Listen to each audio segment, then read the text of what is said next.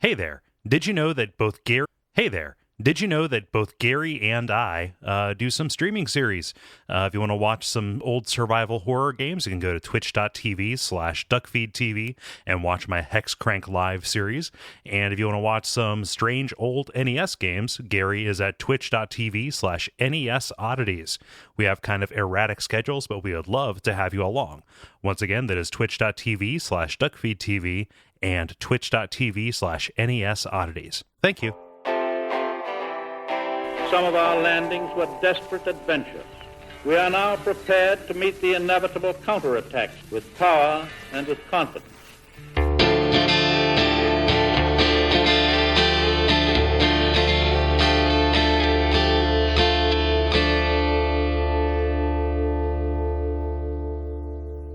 My name's Gary Butterfield. My name is Kole Ross. And you're listening to Bonfireside Chat. It's a Frozen favorite. And this week we are reading your responses to the first part of Irithyll of the Boreal Valley.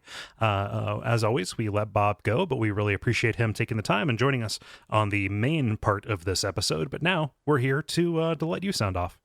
I'm going to, real quick, I'm going to hijack the cast for just a second to do a real quick brief segment of To Better Know a Mod. Oh, shit. Yeah. Okay. Every once in a while, we want to call out people who help mod our Slack channel. If you go to patreon.com/DuckFeedTV, if you pay $2 a month, you can join us there on Slack. It is a really good community. Part of why it is a good community is because we have help. It is grown to be too big for Cole and I to mod ourselves. For this episode, I want to call out Dr. Static. Yeah. Dr. Static not only is a fantastic mod of books and comics, movies, like a lot of the media channels on there, but he also was a huge help at the Austin Classic Games Fest. Yeah. This year helped us with equipment and things like that. We mailed some stuff to his house to make it I didn't have to try to carry a poster tube on a plane, which is some level of hell. That new Da Vinci Code movie, when they rearranged the Dante's levels of hell, Tom Hanks saw one of them and was trying to carry 2 poster tubes on a plane. So he helped me avoid that, so we really appreciate Dr. Static. Very much so. And he's not just in those channels. He's kind of ever present and always adds a great deal to whatever conversation he's in. I haven't met him yet as of the time we're recording, but I'm going to say this: super nice dude. Yeah, he's and we will have met him. Yes. So if this, and we're recording it beforehand, so if anything happens to make us take that back, I'll edit it out. I'll put a marker here, man. It's fine. Yeah, I don't think it will happen. Yeah. He's also doing the the quest to play through every game we've played on WoW. Yeah. Which is real fun to watch, where he's like, and it's interesting too, because it's, I haven't thought about Killer 7 since we really played it. Like I like that game a lot, but being able to kind of replay it and re-experience it, it's kind of a tiny piece of what people say they get from Watch Out for Fireballs. That we're getting as a kind of this refresher. Yep, except it's like 7 levels removed. Yeah, it is. It's very surreal. Yeah. Yeah. So I will say whatever I'll say what I say whenever this comes up. He's trying to play every game for WoW that we've ever done. We've barely done that. Yeah. I mean, I don't know if he's actually beat the games that we haven't beat. Okay. But we'll have to see if that's true. But still very cool and super cool dude. I'm really looking forward to meeting him. So, shout out to you, Dr. Static. Yeah. And this has been Better Know a Moderator. And moving on from that, we have a little bit of follow-up here. I'll go ahead and get started here with Brandon, who does a little bit of follow-up. And he says, hi, Gary and Cole. I'm a little late with this, but I was listening to the Appendix episode for the Catacombs of Karthus and realized that nobody mentioned this interesting thing I remembered from when the game was announced. If you watch the gameplay reveal trailer, there's a clip that shows Wolnir in a different location with a pool of water on the floor that kind of resembles the Cathedral of the Deep. So do you guys think this was just as a place to put him as a test location, or were we supposed to actually meet him there? Yeah. I have no idea. Yeah, I forgot about that. I remember seeing that trailer after I played the game and was not too terribly worried about boss or story spoilers. That's weird.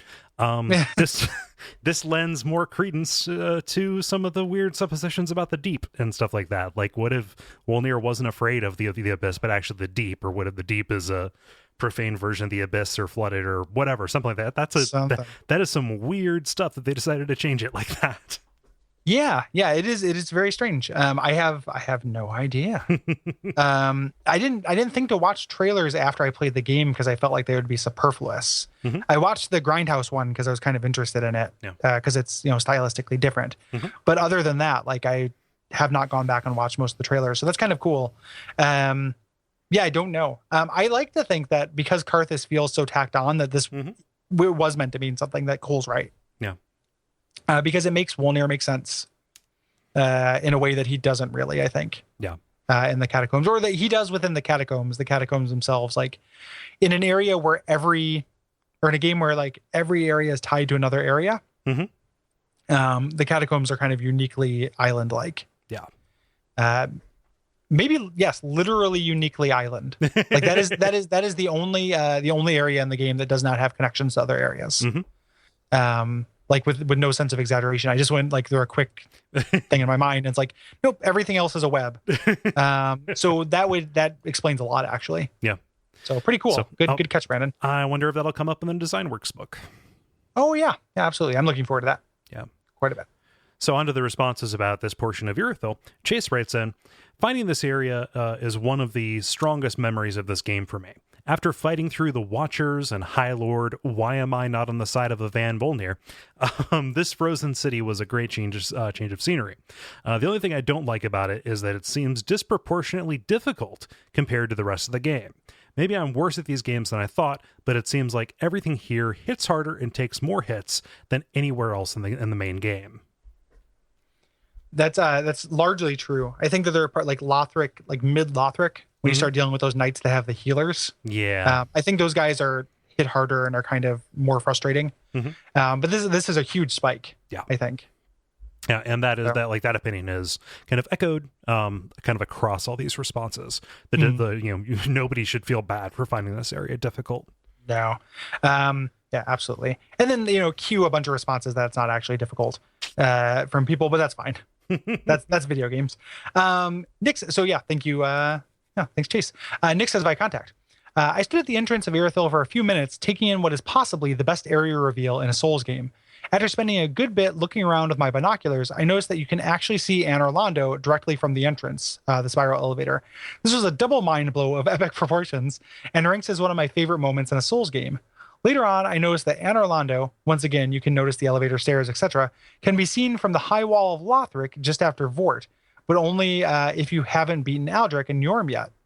It's so cool that they did this. This is one of my favorite aspects of Dark Souls 3, that almost every area you visit, not including the underground stuff, can be seen from the high wall of Lothric. This is not done nearly as well in previous installments, and I absolutely love it here. Cheers. And it does a little Solaire. Oh yeah, sun. Yeah, part of it's missing. It looks like just a bit of netcode, but it's a little Solaire emoji. Yeah. Yep. I need to go check this, or at least find a good high res image of it so we can include that in the notes. If true, that's great. Yeah, that's pretty neat. You can see, so because it's like I get out the binoculars, like I look around, but I've not noticed that. And again, when we talked about it in the episode, I think it's just kind of Anor Londo blindness. Yep. Unless it's a very specific piece of architecture like that elevator, it just looks like there are only so many like beautiful cathedrals. I can't have my heart broken again, Gary. Yeah. Brian says, and this is Brian, who we lauded at the beginning of this. Brian says, the invisible electric Croco Dog bridge is my favorite trademarked Dark Souls fuck you in Dark Souls 3.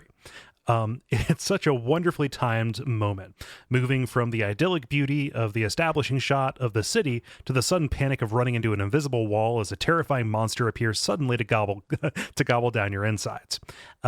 That is, of course, assuming that you had no idea that there was a path near Farron Keep leading you to a quest important key.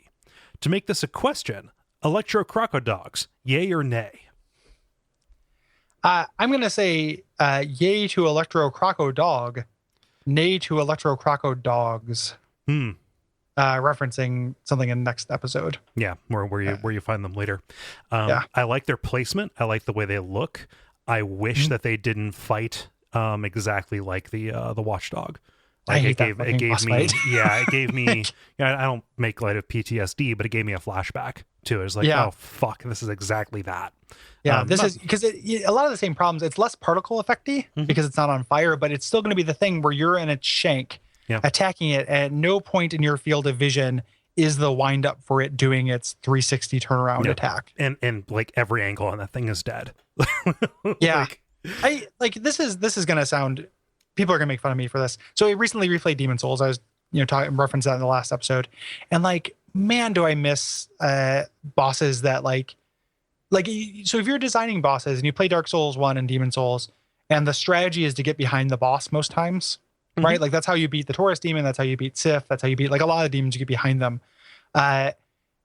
These bosses at some point, partway through Dark Souls 3 or Dark Souls 2 and into Bloodborne and, really, really hard in Bloodborne and Dark Souls 3, they just decided to like try to counter everything the player could do. And I really kind of miss the old way of doing it. Like I like those bosses more, even though they're not as difficult. Right. Like the bosses in Demon Souls are like fairly quaint in comparison. Like they're not super hard, but the whole experience, it's like a more of a holistic thing. Yeah. Than just like challenge. Like there's the kind of the difficulty working its way into the marketing of Dark Souls is one of the worst things that's happened to the franchise, I think. Yeah.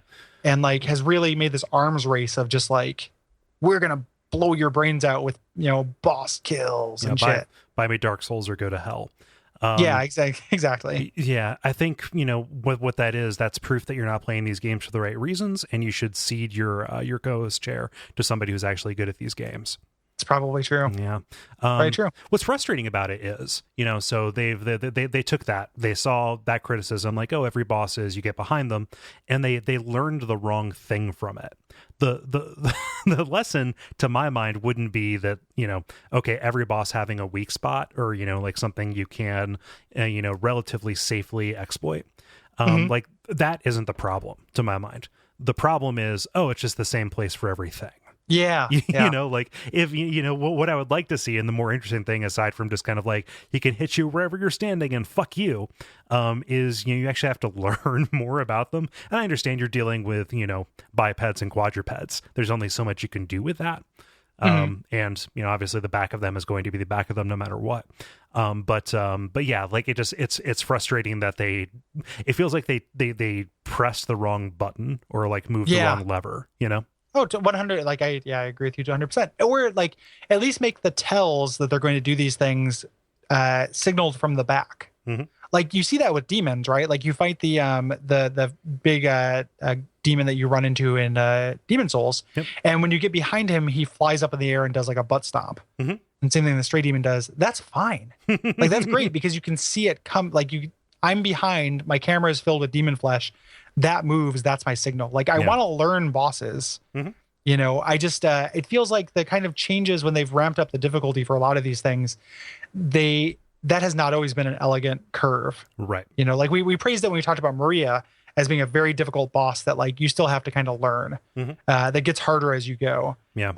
And that's kind of sadly an exception for these. So where it ends up being like my favorite bosses in Dark Souls 3 are not the ones that everyone considers to be like the hardest generally, except for Aldrich, which people like have a much harder time with than I do. But like and again, I just talked about how hard Pontiff Sullivan was for me. That's not me MLG dick measuring, but I did like, it just like, it's very rare that the hardest boss in one of these games is going to be my favorite anymore. Like it's going to be like the Nameless King, which I fucking hate. Like I just like, I hate the experience of that fight for so many reasons. And like, it's just that this arms race is just really a bummer. Yeah. And it's also a problem with like really large bosses too. Yeah. That's always been a thing. Yeah. Like the Dark Souls has never done gigantic monsters as well as maybe it thinks it does. Yeah. But people are disappointed when they're not there, Yeah, exactly. Yeah. People criticize Dark Souls 2 for having like bosses that were a manageable scale. So I'm sympathetic to them, like desperately trying to, fix things in response to criticism, right? Like if you follow the series, they are listening to things that are said, even though they kind of make a corporate habit of saying that they don't. Like everything is just as it's intended, but then in the next game or further down, things actually do change. Yeah. So they're doing what you should do as a company. They're listening to feedback, but it's just they're searching. So I'm sympathetic to it, but I would rather have an easier game that is doesn't ever feel like I'm just kind of getting fucked over. Even if it's a little bit easier. Yeah. like a slightly easier Dark Souls is still, it's not like God of War. Like it's still pretty tricky. And it's still it's not mindless. You still have to think about it. Like I like that. And when we're saying easier, we're saying like, oh, Dark Souls 1. yeah, not easy. Yeah, not easier like Kirby's Air Ride. Like I mean, easier like Dark Souls 1 or Dark Souls 2 or Demon Souls. People get so upset when we say shit about Kirby Air Ride. Yeah, it does beat itself. It's a really good excuse for if you're saying an easy game, you don't have to actually hit the accelerator. Like Kirby will just move forward and win the game without you doing anything. Okay. So that is what I'm referencing with Kirby Air Ride. But anyway, so the miniature rant over. But like the thing with this beast just really puts it into contrast for me, or puts it into relief. For me. Yep. So I agree. Crocodog on the bridge and in the river, like that river reveal when he just like comes after you, like that is so good. The way I wish I'd seen that. I'm gonna craft my next playthrough to see that. So it's the way they use him, at least in this portion of the level, is fantastic. The thing itself, not that crazy about it. I like the way it looks. Like I like its weird 3 eyes and a column. But. Yeah. Yeah, and the place where you fight 2 of them is fucking egregious. I hate that encounter. Like that's really, really feels overly difficult to me. Yeah. But we'll talk about that next episode.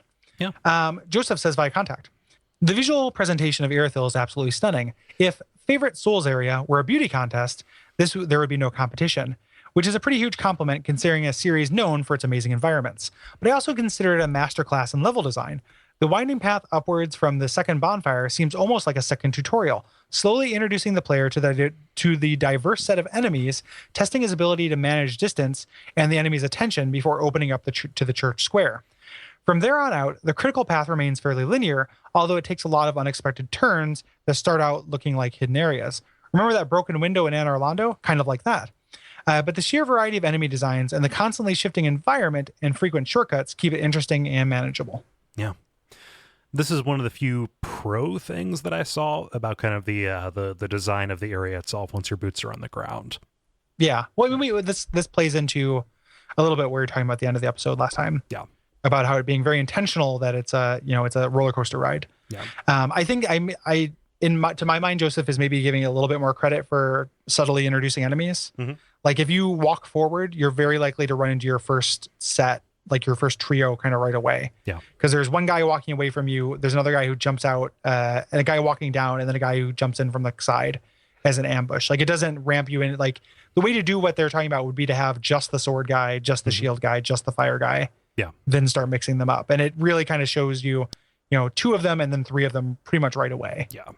But other than that, I think that it does do a really good job of kind of keeping your interest while being very linear. Yeah. It's a good feat of sequencing. Yeah. Yeah. Agreed there. Yeah.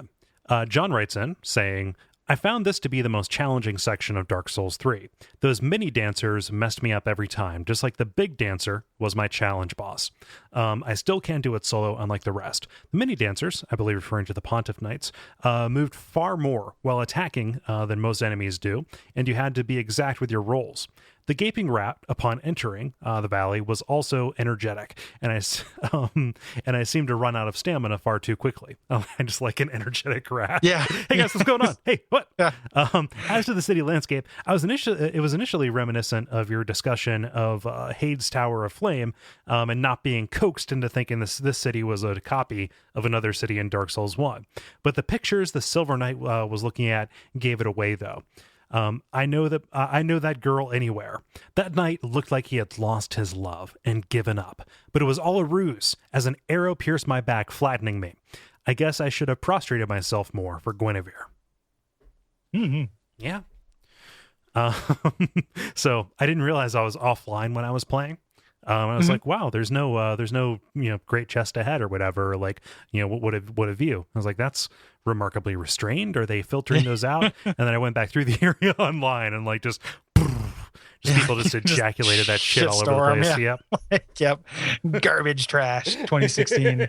Garbage trash. Is that the ticket? That's what yeah, garbage trash 20. If we make that our ticket for Dark Souls 3, then people will be right about every mean thing they say about us. Yes, We can't do that. No, that is for people specifically who are doing the try both hands. Yep. So one, nobody masturbates with both hands. But two, yeah, for people who are just doing sexist kind of gross messages about boobs. Yeah. When he said that night, or I would know that girl anywhere, I was thinking about the movie The Naked Gun. Oh yeah, where Frank Drebin gets divorced, and there's a part where he's talking to his partner. He's like, "Everything I see reminds me of her." And he looks out and he sees those two. I'm sure you have them in the Midwest. Those like just boob-shaped silos that are next to each other, like the gigantic land tits. Yep, that sprinkle the Midwest. It was a very funny moment to young me who was way into The Naked Gun. Those are salt silos. Yeah. Yeah. You got a big floppy pair of salt silos, Guinevere. So there's an amazing thing. I think maybe I pointed it out to you when we were driving through Cincinnati. The Procter & Gamble World Headquarters has 2 towers that are dome shaped at the top. And so, just a part of the Cincinnati skyline is basically just building tits, right? Like if you look up pictures of it, we have another building that is the headquarters of the Great America Insurance Company or whatever, and it's the tallest building in the city, and it has this awful looking like armature on the top that is designed to resemble Princess Di's tiara for some reason. That's weird. Yep. But so skyscrapers are dicks. When you're driving down 71 headed south, there's a particular angle where you can look up and see the tower right in between the two mounds, and just that's a cock and balls in my city. Yeah Good job. Or a titty fuck, regardless. Yeah, for the lard lad donuts to come do his nasty business. Yeah.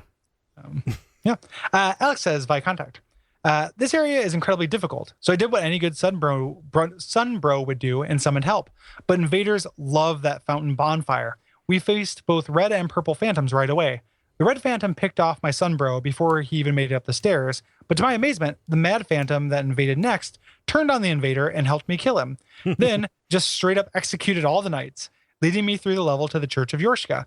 He helped me fend off another invader, but after we went through the NPC interactions, I discovered that I couldn't light the bonfire since he was an enemy phantom.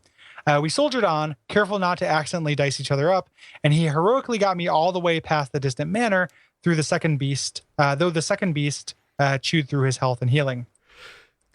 We were on the stairs up to Sullivan when he finally fell out of Estus. I booked it back to the distant manor and thanked my lucky stars for that unpredictable mound maker ever since. The cliff-like jump in difficulty for me led to some heart-stopping moments and showed me why I love the Soul-style multiplayer so much. Everyone has a story of a phantom that leaps out at them as a character, personality and all, from the wordless medium of the Soul series. What more could I ask? That's a great story. Yeah, that's very nice. I never, maybe it was some of the complaining that we're doing about the difficulty of this area. Like maybe it's balanced for multiplayer. Maybe. Maybe they want you to summon here. Yeah. You do have that kind of like that vestibule. Like that fountain is like a Fight Club shit show. Like it is, when I've done my mad phantoming, that's where I did it, and it's hopping. It is, but it's maybe it's balanced for multiplayer. Yeah. I would love to try and do something like that, like come in as a bound maker, and make delightful, merry, benevolent mischief. You really have. I've tried that, but you have to have somebody who's up for it, because when you go and fight one of the enemies, they think it's a ruse and they stab you in the back. But it would be like maybe next time I play, I'm gonna go through every area with people and just see how it's different, because that is a new way of playing the game. It's easy mode, but it's a way of playing the game I haven't done. Like, how does this feel if I just have a bro with me the entire time? Yeah. It'd be kind of fun. Yeah, report back on that, please. Yeah. Kilo asks about invasions here. This was my favorite place to invade in the earliest days of Dark Souls 3. It's such a huge and varied area that you could end up with an intricate chase that lasted half an hour or more. You guys haven't spoken about invasions too much so far. Have you had any memorable experiences? Like I said, I've done some purple phantoming here, but typically what I do, other than that, times I've tried to like help out, is just lure enemies to them. Like I just Pied Piper a bunch of these Pontiff Knights and then go slaughter somebody down by the fountain. So I've done a little bit of that. I almost never red eye invade, just in general. And I haven't been invaded very often. I get invaded a lot by the Covenant in the next area. The Eldritch Faithful have gotten me a bunch of times. Okay. But here I don't get invaded very often. Yeah. In fact, I can't remember. I can't think of one. Yeah. So nothing comes to mind for an invasion that I've had. Like, and if I have, I've either dispatched them or it's been like, oh, that's a bummer. Like, nothing is a super memorable thing. However, I am walking through as a blue sentinel. Is that the right one? Those are the cops, right? Yeah. Yeah. So, it's like one of two cops because there's also you're right. It's the cops. Yeah. Never mind. Yeah. And that's always fun because, it's just a way to vary things up. And most of those encounters have actually been the same. It's almost always folks, no matter where I'm at, pulling me into the undead settlement. And that is a crazy area to find two people in, actually. Because when you're pulled in, you have like their health bars, and there have been whole times where it's been like, I really want to help you, dude, but I can't find you. But a lot of those fights also kind of devolve into the Red Invader just running and taking pot shots as we're chasing after him. And it's like, well, we can't proceed, and this doesn't benefit you. Why are you doing that? Yeah. Well, some people just want to watch the world burn, I suppose. But that is my experience mostly, is trying to help people out. Yeah, I will probably try to do some more PvP before we do the PvP episode. Oh yeah, of course. And that's something we didn't mention in the last episode, but after next episode is when we'll probably start sprinkling in our specials, right? For this season. So be on the lookout for those. But yeah, I'll probably try to do some more, but it's never going to be like the most I did was in Dark Souls 1, but it's never going to be the appeal of the game for me, So, and there should be a giant asterisk next to everything I say about this game for that too, where people are like, things I complain about where they're like, oh, it's good for PvP. Like, maybe it's just not good for me being strictly PvE focused. Yeah. Not that my experiences don't matter, but it's like, I'm sympathetic to the idea that like some of these problems I have, are actually good for a different community than myself. Yeah. Jeremy says, by contact. On my first playthrough, my build was mainly sorcery. As such, by the time I walked onto the bridge leading to Irithyll, I was already basically speedrunning the game. Sorcery was doing such crap damage, I didn't really have a choice, especially with my precious Estus split between gold and blue. So when the lizard dog spawned behind me, I did what every naked, underpowered sorcerer does. I ran like hell. Luckily, I had already cleared the cathedral, so I slipped through the weird-looking fog wall and ran straight to the bonfire. Lizard dog, however, stopped at the gate. I walked over and tried to whack him a few times through the gate without much success. Then he disappeared. I rested at the bonfire ready for a rematch, but he never showed. Jumped forward a little while later, and I walked into a giant swamp at the bottom of the area, desperately looking for the next bonfire. Lo and behold, lizard dog appears again and eats me. I was in communication with some Duckfeed people at the time, so I mentioned it. That thing shows up down there? It didn't for me, they said. And it doesn't if you kill it on the bridge. God damn it. Which is how I learned that Dark Souls 3 really does love to troll players. If only I had dealt with my problems when I found them, I wouldn't have had trouble later. I can't help it, Miyazaki. I'm a born procrastinator. Yep, that's the level working as intended. Yep. You can cheese him with the first time I fought him, I cheesed him with the fog gate. The trick is you walk through the fog gate. If like your sword arm is through, you will hit him. Oh, wow. And then he will start to disappear. Then you walk back and he'll start reappearing. So you just don't let him despawn. Yeah. So you can make it work. Yeah. Yeah, but thank you for writing in with that. If neither of us had the second encounter go, I'm happy that somebody was looking out to make sure that it got brought up. For sure. Yeah. Boaz or Boaz writes in via contact saying, I hadn't noticed until I played around with no clipping, but since there's two ways between Irithyll proper and Anor Londo, there's a specific trigger zone that turns on and off the thick clouds that hide Anor Londo from view until you pass a certain point.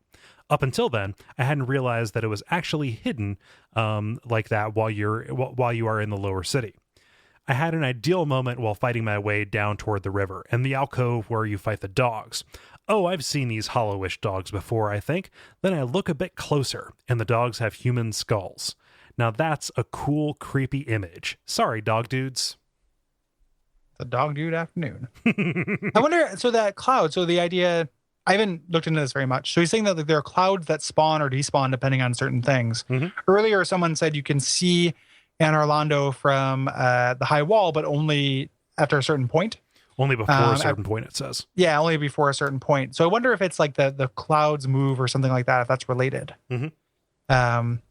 Yeah, somebody should do like get illusory wall on this to do like a big like, what you can see from different areas. Yeah, like what's hidden where, like just like illusory did, trying to figure out what that building is that you can see from Majula.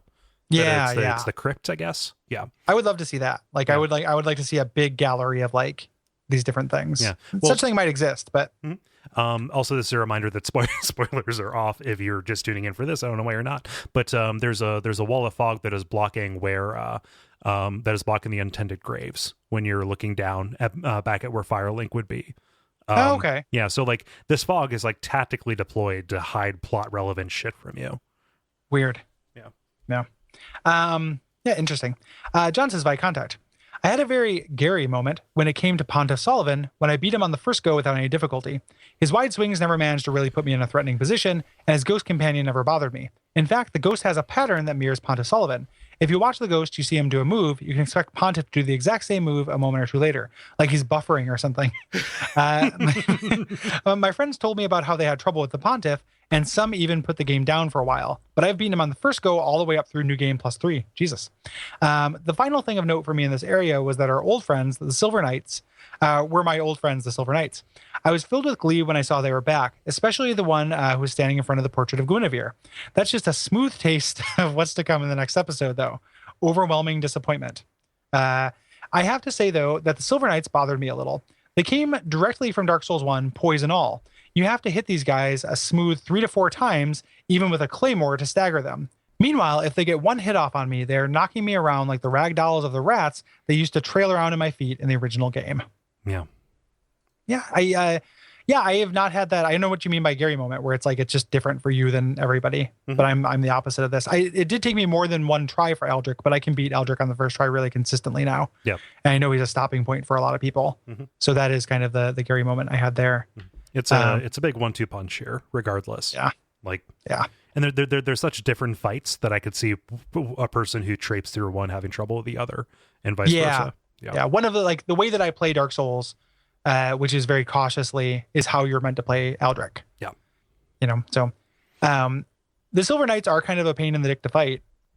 I agree with that. And this reminded me of something I wanted to say in the last episode, but just forgot. So I'm glad you wrote this. As much as I've said, like all this Anne Orlando stuff works for me, Silver Knights weren't real. Nope. In Anne Orlando. What are they doing here? That's pretty frustrating. Yep. Like as much as I do really like this reveal and this reuse of Anne Orlando, specifically the Silver Knights undercuts one of the coolest things about the big twist in Dark Souls 1. Yeah. And so, I mean, the explanation would be, they just crafted a new piece of armor because obviously they were in a little bit of a renaissance with this climbing back up, and they still maintained the same reverence for the old gods. Maybe but it's kind of a new thing. Like, it frustrated me that just kind of like, hey, there are these physical things when here, it's again, the problem we've always had, which is it feels like it's 3 years later as opposed to 3 centuries or whatever. So like in broad strokes, if you don't focus too hard, the way this stuff is used is real cool. But there are some real kind of like what has to be retcons happening with some stuff happening because it just doesn't nail the details in a way that like makes me not say like, wait a minute, what? It's weird too to have this game not nail the details, because it's like when we talked about this last episode or during the appendix, where it's like everything in Dark Souls Dark Souls 3 is either spelled out 100% or 40%. And this is something that I feel like this is one of the very few cases where it's like spelled 95%, with this one kind of big problem with this kind of thing. And that's accepting Yorshka, which like, I don't have something I believe about Yorshka. Yeah. I don't really know what Yorshka is. But like, it is very like frustrating. And like you said, Pontiff Sullivan found some armors. He went down to Sen's Fortress, found a bunch of armors, like on statues or something like that. Like found a set of armor and then started reanimating them again. Like that'd been fine. That would just been a cool thing to see in an item description to acknowledge this thing that like is canon in Dark Souls 1. Yep. Like you didn't kill Gwendolyn in Dark Souls 1 is canon, but Gwendolyn's existence is. So the fact that illusion was happening is canon. That's not up for debate. Right. So yeah, that's frustrating a little bit. Yeah. So yeah, and I'm sure that'll come up a little bit next episode as well, just because it is kind of a dick punch. I'm going to round us out here with Elijah, and then have a brief just fun, because I want to acknowledge somebody who did something pretty cool. But Elijah says, my friends and I were having a pool party, and after many hours and many drinks, I decided to tackle a Dark Souls boss drunk. Everyone huddled around the couch as I loaded up my save and jogged over to the as-of-yet unopened fog door in Irithyll. Despite my swimming vision and shot reflexes, I boasted that I'd be able to beat whoever showed up on the first try, and everyone seemed thoroughly pumped. My memories of the fight are hazy, but I'm told it was mostly me rolling around manically and hurling expletives, including such highlights as, he summoned a ghost. You saw that, right? He summoned an effing ghost, and that's cheating. Amidst my friends' yells of encouragement, I managed to take him down on the first try, something I'd only accomplished with a handful of series bosses prior. Definitely not the best way to experience the fight from an aesthetics or lore standpoint, but it was a worthy trade for the experience of slaying a weird night dude to the roars of a drunken crowd. That's pretty fun. Yeah. That's great. I wish my friends wanted to watch me play Dark Souls when they were drunk. Yeah. or that they would be impressed with that. Yeah. Yeah. I when I was putting this, the show notes together, I was like, oh, it might be fun to do like a Drunk Souls run, just like for something like that. But like, I would need to have Dennis over here, because otherwise, if I was just doing that alone, the sadness of that, it gets intense. Yeah. Me and Nick and Levi have done 2 Drunk Souls things. Okay. That are on YouTube. Like we did Demon Souls and Dark Souls 1 drunk. And we should go back and do Dark Souls 2 and Bloodborne and stuff at some point. Because if you have a group, it is really fun. Even though those games are so long, like I wanted to beat them, and like we couldn't beat the Demon Souls one. And it's just like at that point, like if you're drinking for 6 hours, like there's something's gone wrong. Yeah, like, you're tailgating. Yeah, you got to pass out or something. Like I don't know. Even if you have a big group of people, it becomes, if it's not like a super slamming party with Shinji playing in the background, like something has gone wrong. You say Shinji?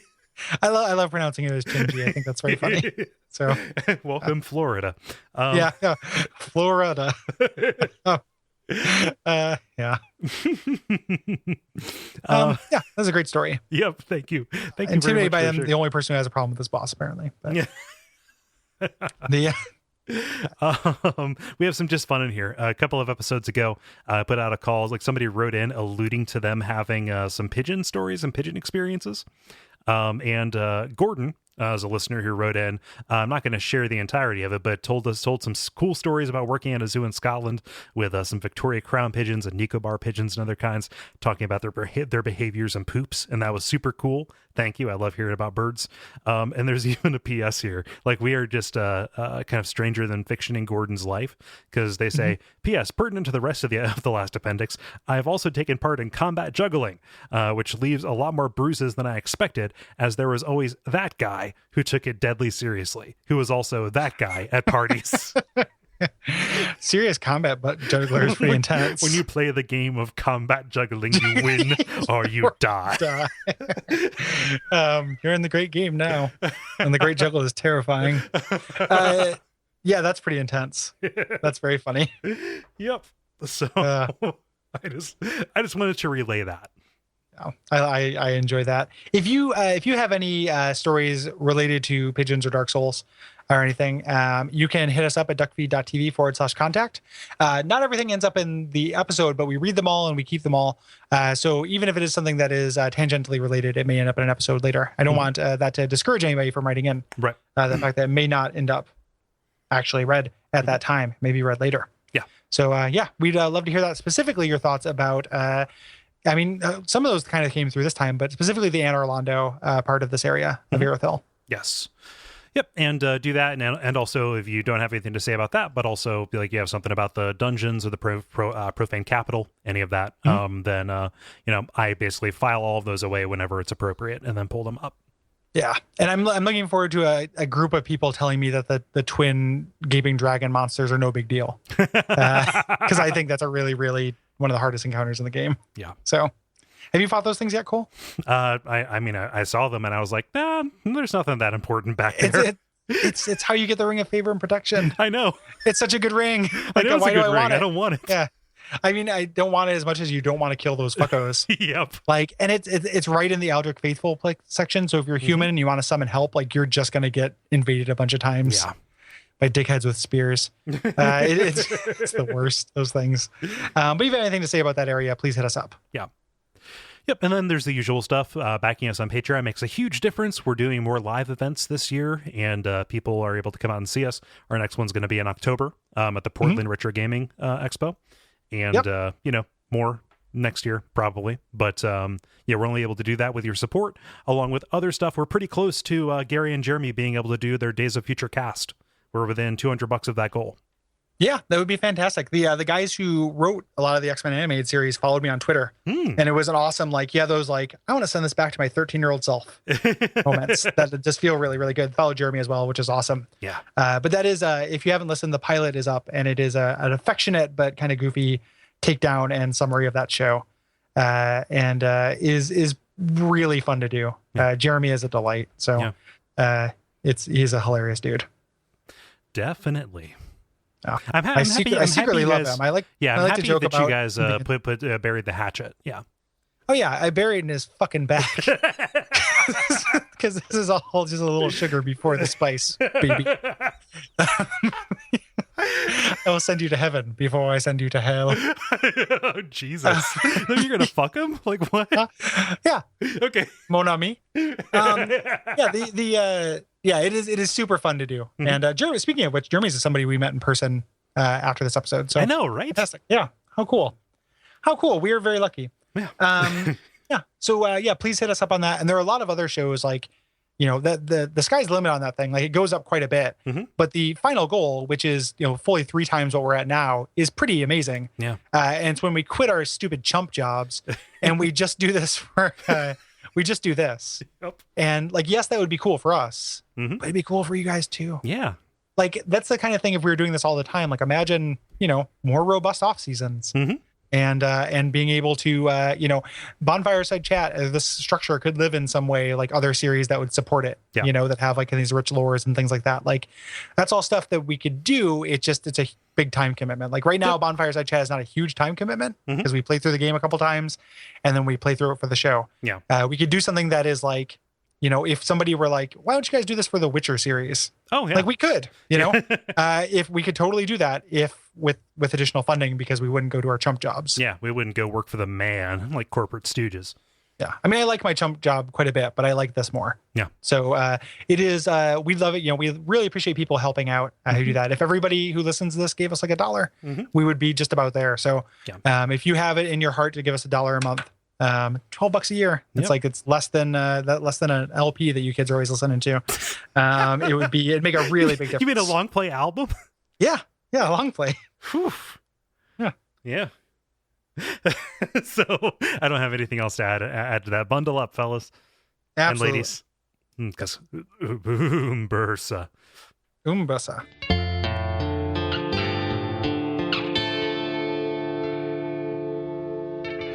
And we all pray that we will have far more soon